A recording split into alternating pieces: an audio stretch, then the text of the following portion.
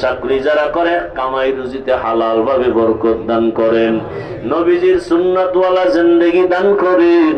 আয় আল্লাহ, সমস্ত মাদ্রাসা মসজিদ গুলো কবুল করে নেন। অন্যান্য শিক্ষা প্রতিষ্ঠান নবীর আদর্শে কবুল করে নেন।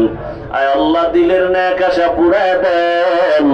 আয় আল্লাহ, নবীর রওজা বাইতুল্লাহ জিয়ারতের জন্য কবুল করে নেন।